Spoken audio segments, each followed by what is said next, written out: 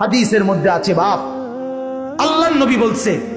যখনই জমিনে কোনো বান্দা নাফরমানি করে তখন ওই জমিনের ওই বান্দার পায়ের নিচের মাটিটা জমিনটা আল্লাহর কাছে আবেদন করে, আল্লাহ আল্লাহ আমার একটু সুযোগ দাও, আমি একটা শুধু গড় দেমু, আমার নিচের মাটিটা উপরে উঠামু, উপরের মাটি নিচে নামামু, শুধু ওই লোকটা যেরকম বিছনায় এপাশ ওপাশ করে আমি আমার জমিনটাকে একটু এপাশ ওপাশ করমু, আমার নিচের মাটি তুলবো, উপরের মাটি নিচে নামাবো, আল্লাহ এরে নিয়া আমি শুধু একটা উল্টানি দিতে চাই, তুমি আমার অনুমতি দাও। রব্বুল আলামিন তখন বলে ওই জমিনকে, না তুই এমন করিস না, ও যে আমার বান্দা, ওরে না আমি বানাইছি, আরে আমি বানাইছি, এই জমিন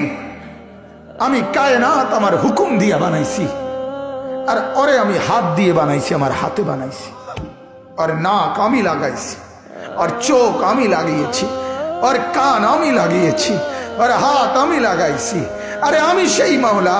যে মাওলা কুন বললে ফায়াকুন, যে মাওলা ভ বললে হয়ে যায়। আরে বানাইতে এভাবে করি নাই, 9 মাস পরে আর মায়ের পেটে রাইখা আমি নিজের হাতে ড্রয়িং করছি, নিজের হাতে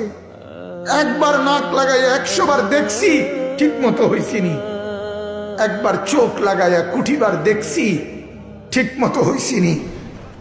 হয়েছিনি।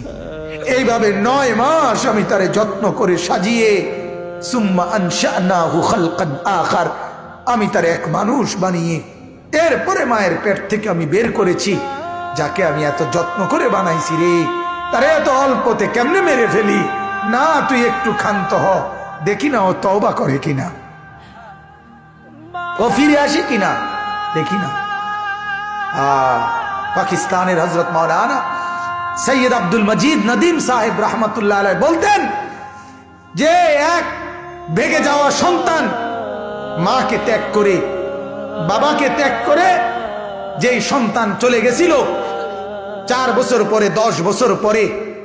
10 বছর পরে সেই সন্তান যদি মার কাছে ফিরে আসে আর চোখের পানি ছেড়ে দিয়া বলে, মা মাফ করে দাও, আমি ভুল করে ফেলছি, সৈয়দ আব্দুল মজিদ নদীম সাহেব বলতেন যে ওই মা ওই সন্তানকে মাফ করতে যদ্দূর দেরি করবে, 90 বছরের ভেগে যাওয়া বান্দা আল্লাহর নাফরমানি করার পরেও 90 বছর পরে যদি একত্রে একদিন এক রাত গভীরে আল্লাহর কাছে চোখের পানি একবার ছেড়ে দেয়, আল্লাহ তাআলা ওই মার আগে রব্বুল আলামিন তাকে মাফ করে দিবেন। এমন যিনি, তার নাম আল্লাহ।